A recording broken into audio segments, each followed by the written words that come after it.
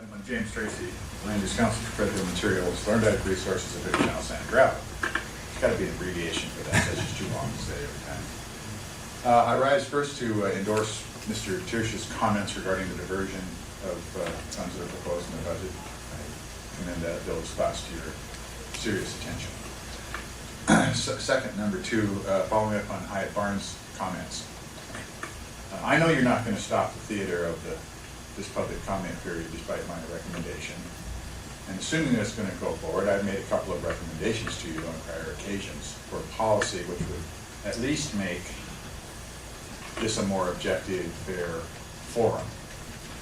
One of those suggestions was that when an individual is attacked, an ad hominem attack during the course of this comment period, fairness would seem to dictate that they get at least a 3-minute response to that, either during or immediately following your commissioner's briefing. Passions flare. Judgment sometimes is not appropriately applied, and sometimes truth is spoken. Now, however, it's a two-way conversation once you have been personally attacked. You can defend yourself or choose not to if the comments are true. My point is, I really think that's something I would consider in terms of fairness. And finally, I want to correct my comments of last week, or maybe correct is not the right word, clarify.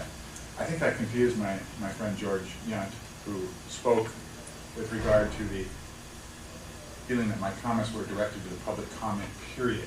They were not.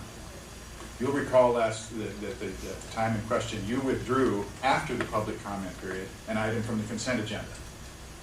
A speaker in the audience wanted to address them, and that's when the double secret probation elected official exception policy that I objected to in my comments was announced.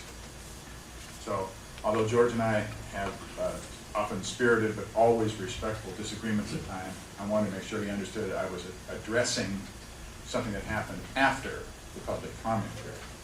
Now, during her comments, or at least comments from the audience, if I've heard the tape and my memory serves me right from that hearing, the mayor said when we, meaning the city of Port Townsend, remove an item from our consent agenda, we put it on the regular agenda and allow public comment. I think the citizens of Jefferson County are entitled to the same kind of privilege as the citizens of the city of Port Townsend. Thank you. Thank you, Mr. Tracy. Who would like